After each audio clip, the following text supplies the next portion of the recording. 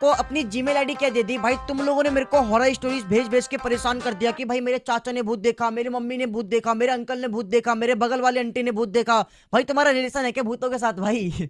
इतना भूत के बारे में मैंने कभी सुना भी नहीं होगा जितना तुम लोगों ने मेरे को स्टोरीज भेज दिया। एक बंदा मेरे को इंस्टाग्राम पर ना कम से कम उसने थाउजेंड्स ऑफ मैसेज करे होंगे, भाई मेरे पास एक खतरनाक हॉरर स्टोरी है, खतरनाक हॉरर स्टोरी है। तो मुझे लगा भाई सच में कोई खतरनाक अच्छी स्टोरी होगी, तो मैंने उसको बोला हाँ भाई बताओ क्या हॉरर स्टोरी है। तो वो बंदा मेरे को बोलता है कि भाई मैं रात के टाइम ना अपने गली में निकला और मुझे भूत दिखाई दिया। फिर मैंने कहा ठीक है भाई, इसके बाद कह रहा भाई स्टोरी खत्म। और बंदा था क्या कह रहा है मेरे को, कह रहा भाई इस स्टोरी को ना यूट्यूब पर डालना, बहुत व्यूज आएंगे। अबे यार, मैं क्या बोलूं, बताओ बंदे को क्या बोलूं। तो भाई इतना प्यार करने के लिए दिल से धन्यवाद कि भाई तुम लोग टाइम निकाल कर हॉरर स्टोरीज भेजते हो। और अगर तुम्हारे पास हॉरर स्टोरी है तो भाई भेज दिया करो, कोई दिक्कत नहीं, ये मेरा जीमेल आईडी है। तो आज की जो हमारी हॉरर स्टोरी है वो भाई करण ने मेरे को भेजी है। और करण के साथ कुछ टाइम पहले कुछ ऐसी चीजें हुई थी जिसे जानकर भाई तुम्हारे रोंगटे खड़े हो जाएंगे। तो बिना टाइम वेस्ट करे भाई अपनी स्टोरी को स्टार्ट करते हैं।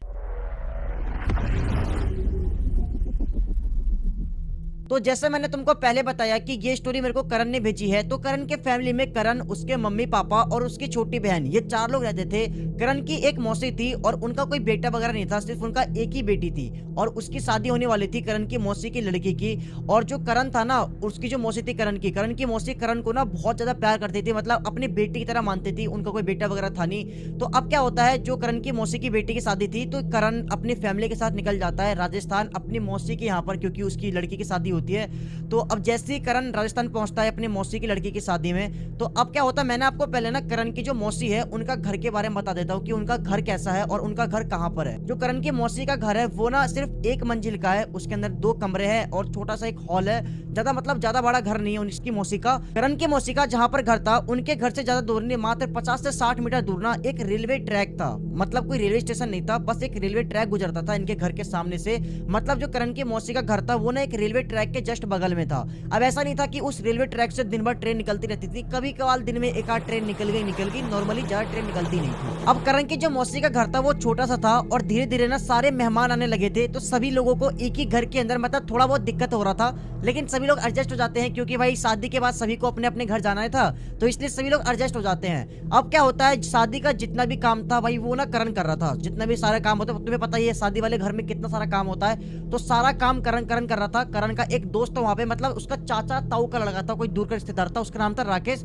उसकी ना करण से अच्छी खासी दोस्ती हो जाती है, मतलब राकेश और करण काफी अच्छे दोस्त बन जाते हैं। अब ये दोनों मिलकर अपनी बहन की शादी की तैयारी कर रहे हैं, मतलब सारा काम ये दोनों करते हैं। अब क्या होता है, तुम्हें पता ही होगा कि शादी से कुछ टाइम पहले ना हमारे में भाई बहुत सारे रस्म वगैरह होती है, हल्दी मेहंदी, बहुत सारे रस्म होती है, अलग अलग लोगों की अलग अलग तरीके की रस्म होती है। अब क्या होता है, हल्दी वाले दिन क्या होता है कि करण भाई सुबह से लेकर ना हल्दी के कामों, मतलब शादी के काम में बिजी था। करण और जो उसका दोस्त था राकेश, ये दोनों शादी में लगे पड़े हैं भाई, लगे पड़े हैं। अब तुम्हें पता ही है कि भाई शादी वाले घर में क्या होता है, जितने भी लड़के होते हैं भाई वो ना काम में बिजी होते हैं भाई, चाहे खुद की बहन की शादी हो या फिर दोस्त की बहन की शादी हो, सारे लड़के लगे रहते हैं भाई काम धंधे में। लेकिन जो लड़कियां होती है भाई वो मस्त अपना रेडी हो रही होती है, फोटो क्लिक कर रही होती है। तो यहाँ पर बिल्कुल सेम होता है। जो करण था भाई वो ना सुबह से शादी के काम में लगा पड़ा है, लेकिन जो उसकी बहन थी भाई वो एकदम मस्त कपड़े वपड़े पहनकर रेडी वेडी होकर इंस्टाग्राम पर स्टेटस लगा रही है कि सिस्टर वेडिंग, फुल मजे। भाई की वहां गान फट रही है काम करते करते, बहन लगा रही है फुल मजे, सिस्टम है सिस्टम। मजाक से हटकर भाई इस मोमेंट पर बड़ा गुस्सा आता है। देखो मेरी खुद की बहन तो नहीं है, लेकिन मेरे दोस्त की बहन की शादी थी, तो भाई दोस्त होने के नाते भाई मैं भी अपना फर्ज निभा रहा था। हम लोग काम धंधे में लगे पड़े थे, लेकिन भाई मैं देख रहा था हम लोग काम धंधे में लगे पड़े हैं और भाई जो लड़कियां थी, जो भी बहन वगैरह थी हमारी, वो भाई फोटो खिंचवा रही है, मजे ले रही हैं। तो भाई तिलसी होती है, बड़ा मतलब गुस्सा आता बड़ा इस मोमेंट पे।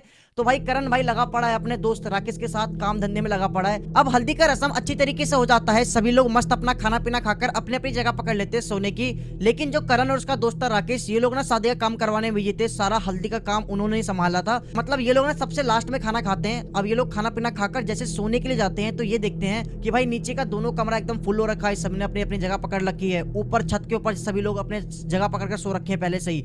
अब इनको ना सोने की बिल्कुल भी जगह नहीं मिलती है। लेकिन उसी टाइम जो करण की मौसी थी वो बोलती है, बेटा एक काम करो तुम दोनों, बाहर अपने घर के जस्ट बाहर एक खटिया बिछा लो और एक एक्स्ट्रा टेबल फैन पड़ा हुआ है, मैं तुम्हें लाकर दे रही हूँ, तुम दोनों मस्त सो जाओ।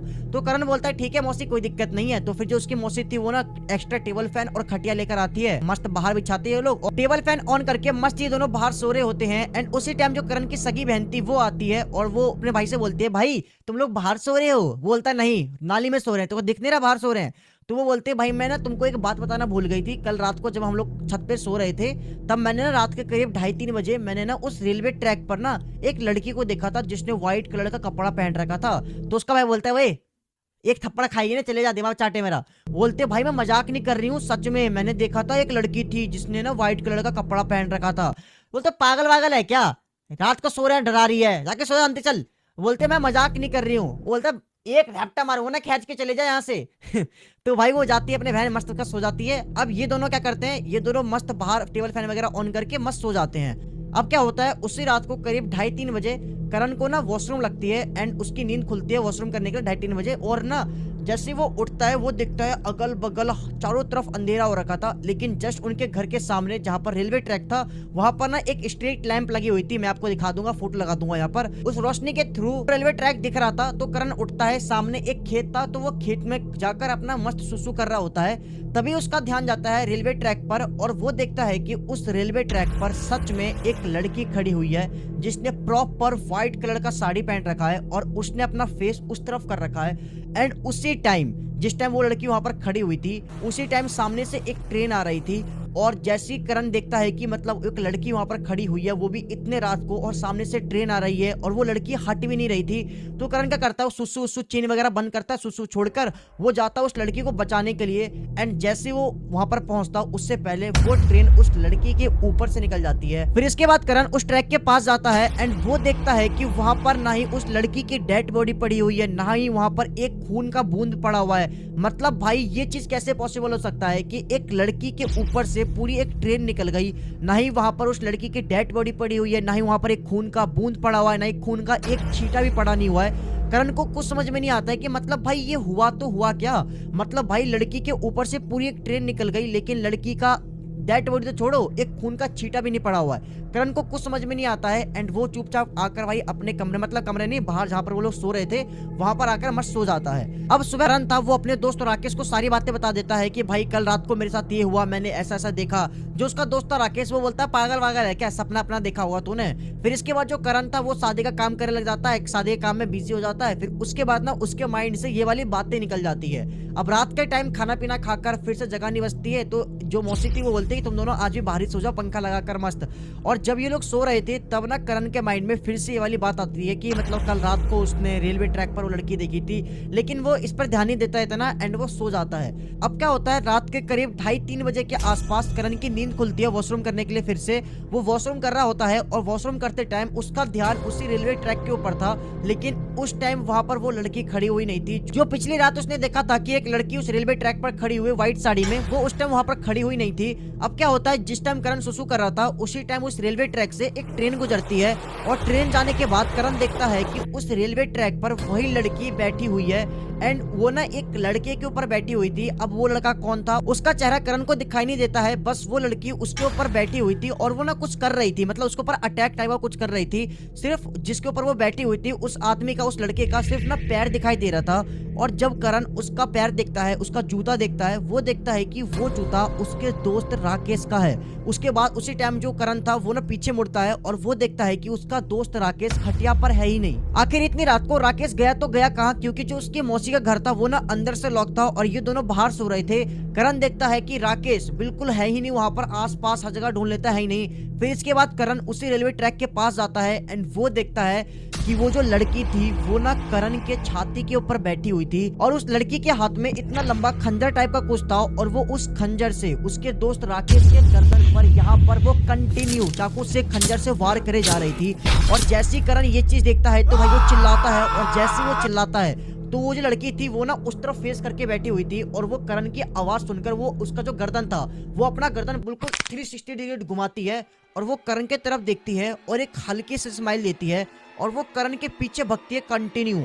एंड फिर करण उसके बाद भगता है सीधा, लेकिन उस टाइम क्या होता है सडनली वो जो लड़की थी वो करण के सामने आ जाती है एंड वो अपने बैक से, पिछवाड़े से नहीं पीठ से, हाँ वो पीठ से इतना लंबा खंजर निकालती है एंड वो करण के ऊपर अटैक करने वाली होती है। उसी टाइम करण की नींद खुलती है एंड वो देखता है जो उसका दोस्त था वो बगल में सो रहा होता है और वो सपना देख रहा था और उसका दोस्त बगल में खराटे ले रहा था। मतलब करण ये सब कुछ सपना देख रहा था, क्योंकि उसने कल रात को, पिछली रात को उसने उस लड़की को देख लिया था रेलवे ट्रैक पर। तो भाई ऐसा सच में होता है, जब हम किसी चीज को, खौफनाक चीज को देख लेते हैं तो हमारे माइंड में, हमारे सपनों में वही चीज आने लगती है। अब क्या होता है, उस टाइम करीब रात के 3 बज रहे होंगे ऑलमोस्ट। अब क्या होता है, करण को ना बिल्कुल नींद नहीं आती है। उसके बगल में उसका दोस्त था, वो तो खराटे ले रहा था, लेकिन करण को बिल्कुल भी नींद नहीं आती है। अब क्या होता है, करण बहुत सोने की कोशिश करता है, उसको नींद बिल्कुल आ ही नहीं रही थी। फिर इसके बाद करण उठकर अपने खाट के ऊपर बैठ जाता है, एंड उस टाइम करण के माइंड में सिर्फ उसी लड़की के बारे में चल रहा होता है कि आखिर वो लड़की कौन थी, एंड उसने इतना गंदा सपना क्यों देखा, एंड उसको वो कल दिखाई क्यों दी थी। वो सोच ही रहा था इसके बारे में। तभी करण का ध्यान उसी रेलवे ट्रैक पर जाता है, और वो देखता है कि जैसा उसने इस बार सपने में देखा था, इस बार हकीकत में वो लड़की बैठी हुई है रेलवे ट्रैक पर, और वो लड़की किसी के छाती के ऊपर बैठी हुई है। उसका चेहरा दिखाई नहीं दे रहा है किसके ऊपर बैठी हुई है। तभी करण पीछे मुड़कर देखता है अपने दोस्त की तरफ। वो देखता है कि जो राकेश था वो वहां पर सो रहा होता है। एंड उसके बाद उसी टाइम जो करण था वो राकेश को उठाता है। वो बोलता है भाई उठ उठ उठ उठ। वो उठता नहीं, बोलता ओए सोने देना। वो एक चाटा खींच के उठना साड़े, यहाँ मेरी फटी पड़ी है, यहाँ तो सो रहा है। तो फिर वो उठता है, उस राकेश जो करण था उसको सारी बातें बताता है, एंड वो उसको दिखाता है कि देख वहां पर एक लड़की बैठी हुई है। एंड वो जो लड़की थी जो ट्रैक के ऊपर बैठी हुई थी, वो राकेश को भी दिखाई देती है एंड करण को भी दिखाई देती है। इसके बाद ये दोनों क्या करते हैं, ये लोग थोड़ा आगे जाते हैं। मतलब इनके घर से जो रेलवे ट्रैक था वो ज्यादा दूर तो था नहीं, तो ये लोग ना थोड़ा सा आगे जाते हैं एंड एक पेड़ के पीछे खड़े होकर देखते हैं। एंड ये दोनों देखते हैं कि वो लड़की किसी की छाती के ऊपर बैठी हुई थी, और जैसा करण ने सपने में देखा था बिल्कुल उसी टाइप से उस लड़की के हाथ में इतना लंबा टाइप का कुछ खंजर टाइप का था, और वो उस खंजर से किसी आदमी के गर्दन पर, जैसे उसने देखा था कि उसके दोस्त राकेश के ऊपर वार कर रही थी वो लड़की, सपने में देखा था करण ने, बिल्कुल उसी तरह वो लड़की किसी आदमी के ऊपर यहाँ पर गर्दन पर कंटिन्यू चाकू से, खंजर से वार करे जा रही है।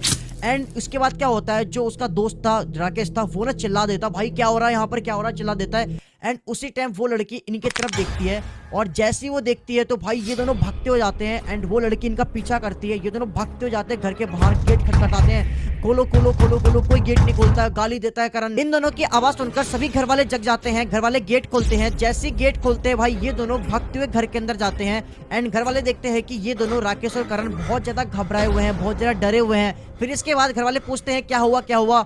उस टाइम ये दोनों कुछ बोलते नहीं है, सिर्फ इतना बोलते हैं कि वो लड़की हमें मार देगी, उसके हाथ में खंजर है, वहां पर लड़की खड़ी हुई है, मार देगी हमें। लेकिन जैसे ही घर वाले पीछे मुड़कर देखते हैं जहां पर ये दोनों इशारा कर रहे थे कि लड़की खड़ी हुई है, वहां पर कोई होता ही नहीं है। लेकिन इन दोनों को, करण और जो राकेश थे, इन दोनों को वो लड़की दिखाई दे रही थी, लेकिन बाकी किसी भी घर वालों को वो लड़की दिखाई नहीं दे रही थी। ये दोनों बहुत ज्यादा डरे हुए थे। उसी टाइम क्या करते, जो करण की मौसी थी वो गंगाजल लेकर आती है, एंड वो आसपास जहां पर वो लोग बोल रहे थे कि यहाँ पर लड़की खड़ी हुई है, वहां पर वो गंगाजल छिड़क देते हैं। जैसे ही उसकी जो मौसी गंगाजल छिड़कती है, वो लड़की अचानक से गायब हो जाती है, इन दोनों को दिखना बंद हो जाती है। उसके बाद इन दोनों को थोड़ा सा रिलैक्स फील होता है। फिर इसके बाद करण की मौसी सबको बताती है कि तुम लोगों के आने से थोड़े टाइम पहले इस गांव की एक लड़की थी जिसने ट्रेन के सामने कूदकर अपनी जान दे दी थी, और रीजन ये था कि उस लड़की के पेट में एक बच्चा था, मतलब उस लड़की का एक बॉयफ्रेंड था जिसने उस बच्चे को एक्सेप्ट करने से साफ साफ मना कर दिया था, एंड इस वजह से उस लड़की ने सुसाइड कर लिया। एंड अब क्या होता है, उस टाइम ना मतलब सुबह के ऑलमोस्ट 4:30-5 बज रहे होंगे, उस टाइम इनको खबर आती है कि रेलवे ट्रैक पर जहां पर इन लोगों ने देखा था कि वो लड़की किसी को मार रही थी, वहां पर एक डेड बॉडी पड़ी हुई है, और वो डेड बॉडी किसी और की नहीं, उसी के बॉयफ्रेंड की थी जिसने उस लड़की के बच्चे को एक्सेप्ट करने से मना कर दिया था। एंड लिटरली में वो लड़की जब उसको मार रही थी अपने बॉयफ्रेंड को, तो इन दोनों ने ये सब चीजें देख ली थी।